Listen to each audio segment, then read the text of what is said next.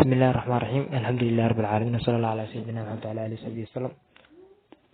asxaabta qiimaha iyo sharafta leh kusoo dhawaada kaalinka waxbarashada Ibrahim imtixaankii tarbiyada qaybtiisii labaad.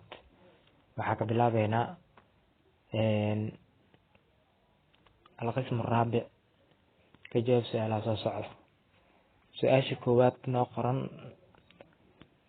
لأن يأخذ أحدكم حبله فيأتي بخصبة من الحطب على ظهره فيبيعها. qofkiina inuu calashan oo qabsado xirigiisa oo qaato kadibna xirmo qoryo ah walibarkiis ku soo qaato oo kadibna oo gado ويكفل بها وجه خير له من أن يسأل الناس أعدوه أو منعوه. waxay ugu fiican tahay oo ilaahay saas ugu joojiyo marka waxay ugu fiican tahay intii oo calashan oo dadka u tagi lahaa oo weydiisa lahaa ay si lahayn ama u diidi lahayn. waxaa ka fiican inuu oo duurkaas tago qori soo gurto kadibna iibgeeyo lacagtaasi oo ku tasarrufo. رواه البخاري وري حديثك بما حث رسول الله صلى الله عليه وسلم في هذا الحديث. حديث كان نبي محوطته كبورنا أرضي جوابتي ذو نقني سؤال أهمية العمل وكسب اليد. نبي قدرت كبورنا شقاد مهمة إلى هاي يصيده كلا إن لا شقيست وكعنت لا شقيست مهمة إلى هاي. قال الله تعالى يا أيها الذين آمنوا إنا خلقناكم من ذكر وأنثى وجعلناكم شعوبا وقبائل لتعارفوا أن أكرمكم عند الله أتقاكم إن الله أتقاكم عند الله أتقاكم. هذا هو الشهاد.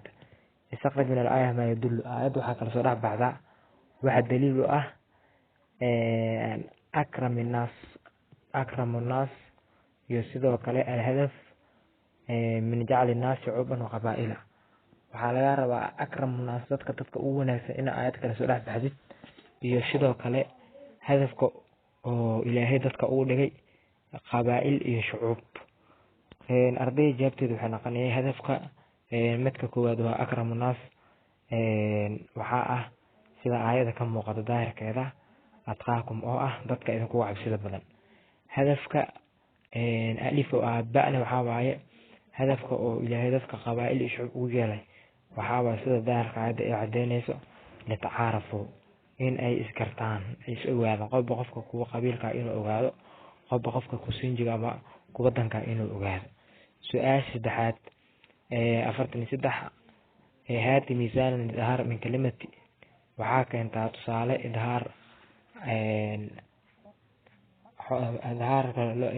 oo min kalimatin ahaa idhaar xukunkiisa oo min kalimatin gale inaa keenta laga rabaa.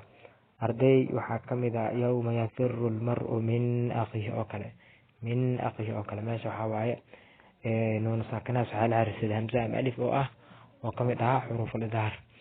sidoo kale arday su-aasha 44 اذكر مقدار الزكاة الواجب على ما يأتي.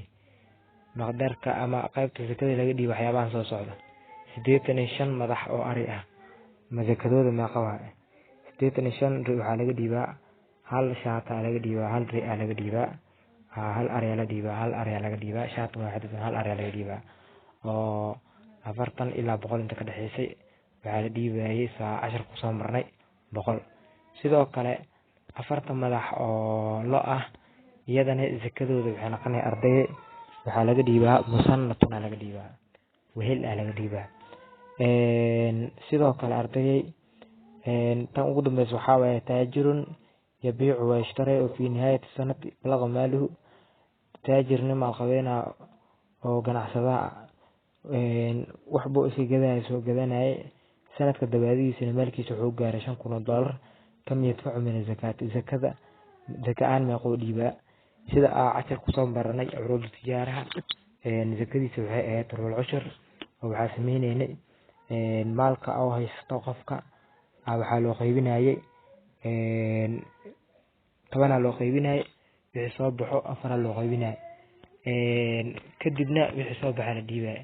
hadda tusaale ahaan waxaa haysanaa $5,000 waxaa u qaybisaa 10 u qaybe 10 hadii loo qaybo waxaa 500 oo sii qaybisaa 4 waxaa waaye 125. zaka ahaan wuxuu u dhiibaa marka qofkaasi oo taajirkaasi ama maalqabeenkaasi 120 iyo ganacsadaas aan iraade $125 oo zakaan u dhiibaa. arday waxaan filayaa inaad fahantiin aad ka faa'iideysan doontiin asxaabtiin la wadaaga kanaalkane ha hilmaamina janaalkeena inaad subscribe dhahdeen. هذا بالله التوفيق، السلام عليكم ورحمة الله وبركاته.